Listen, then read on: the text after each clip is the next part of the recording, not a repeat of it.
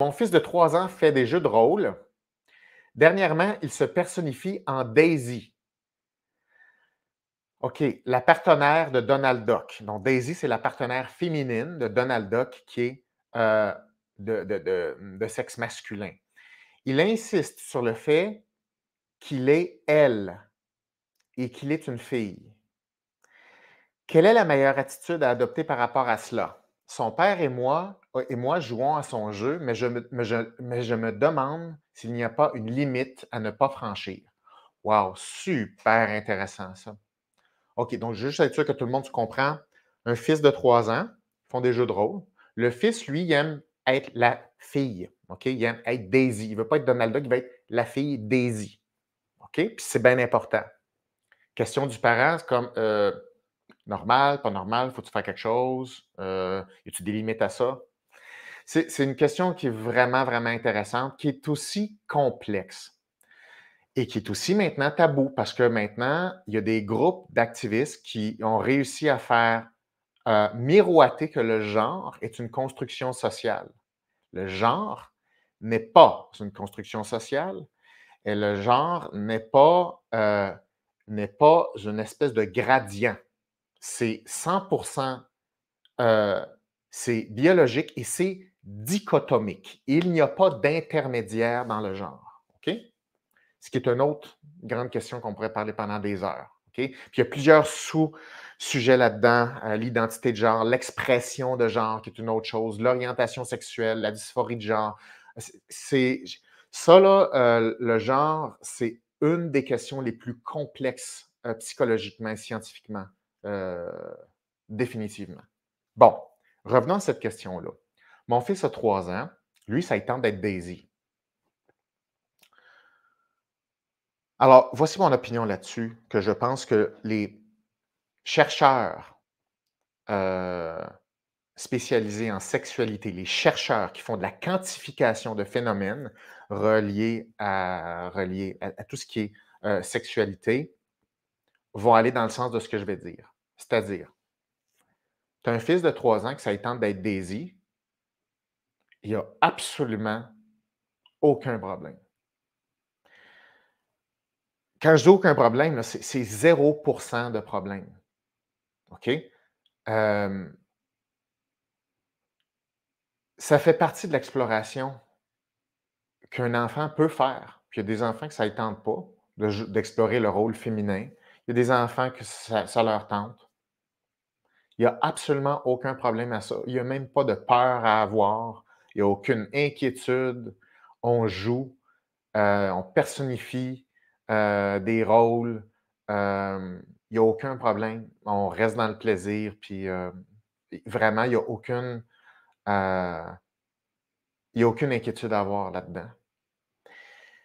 Si ça se poursuit plus tard, 3, 4, 5, 6 ans, puis ça se continue, puis on voit là que là, il y a différents phénomènes qui peuvent arriver. Par exemple, un enfant peut vouloir continuer à s'habiller plus en fille. Encore là, est-ce un problème? C'est pas un problème. C'est pas du tout un problème. C'est une préférence que cet enfant-là a.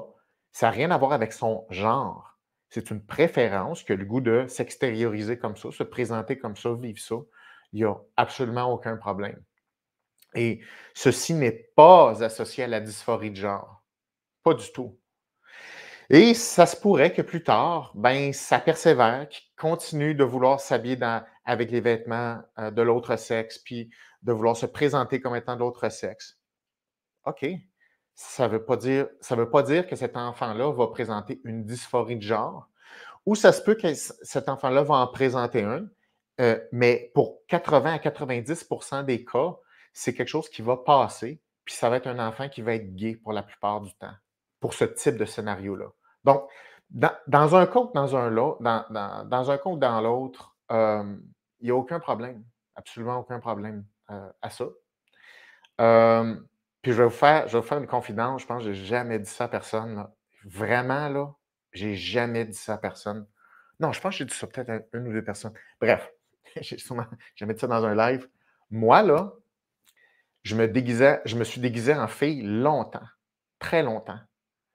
Quand j'étais petit, ma grosse obsession, là, c'était de m'habiller en fille, d'être maquillée comme une fille, mettre des talons hauts, mettre des robes.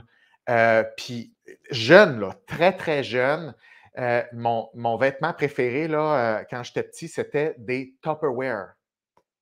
Alors, j'allais fouiller dans les Tupperware, les plats, et je me faisais des chapeaux spéciaux pour jouer mieux mon rôle féminin quand j'étais petit.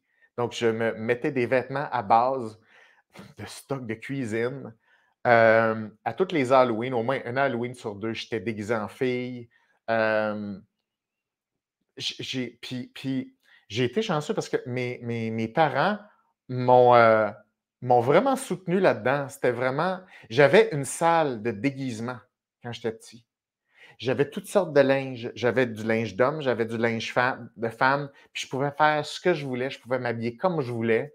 Puis ça a jamais été, hem, un problème. Hem, c donc c'était quelque chose qui était très ludique. Puis, à un certain puis tu sais, c'était p c'était très tôt, là, dans ma vie, mais ça a continué assez longtemps.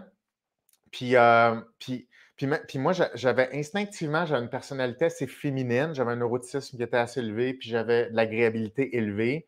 Fait que j'avais une sensibilité, puis tout ça, puis c'est plus féminin. Et donc, mes parents étaient sûrs que j'étais gay. Vraiment, ils ont eu des discussions là-dessus, puis ils se disaient, bon, je me souviens, ma mère, elle avait comme un peu brassé mon père en disant: «Là, si notre fils il est gay, là, tu vas l'accepter comme il est, là.» Puis mon père a fait: «Oui, oui, oui.» Puis,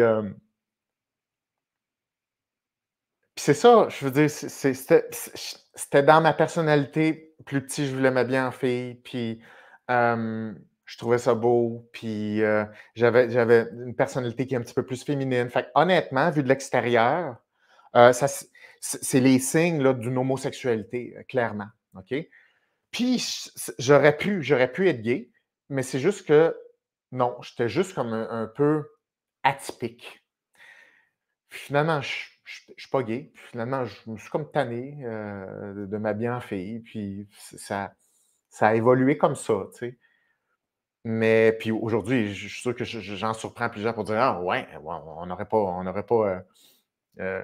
pas pensé ça de toi, là», tu sais, parce que là, les gens m'associent plus à l'autre côté, là, tu sais, parce que là, j'ai une barbe, puis je sais pas, là, j'ai une hache dans les mains, puis je fais de la survie, des affaires comme ça. Fait que là, mais tu sais, il y a plusieurs dimensions aux humains qui doivent être explorées, puis on aurait tort d'avoir trop peur trop vite, là, justement. Puis là, en ce moment, les activistes, ils mettent de la pression sur un paquet de choses qui font pas du tout prendre des bonnes décisions aux parents, qui font peur aux parents, qui font bref, c'est vraiment un autre sujet très, très pointu, là, ça. Puis ce n'est pas le but. Le but en ce moment, c'est est-ce qu'on doit s'inquiéter d'un enfant qui a le goût d'être Daisy? Heu, absolument pas. Puis voilà. Donc, c'est ça. Ça m'a fait plaisir de vous parler d'un un bout de moi dont j'ai pas parlé, très souvent, puis que je trouve, que je trouve très mignon, de moi-même, en fait.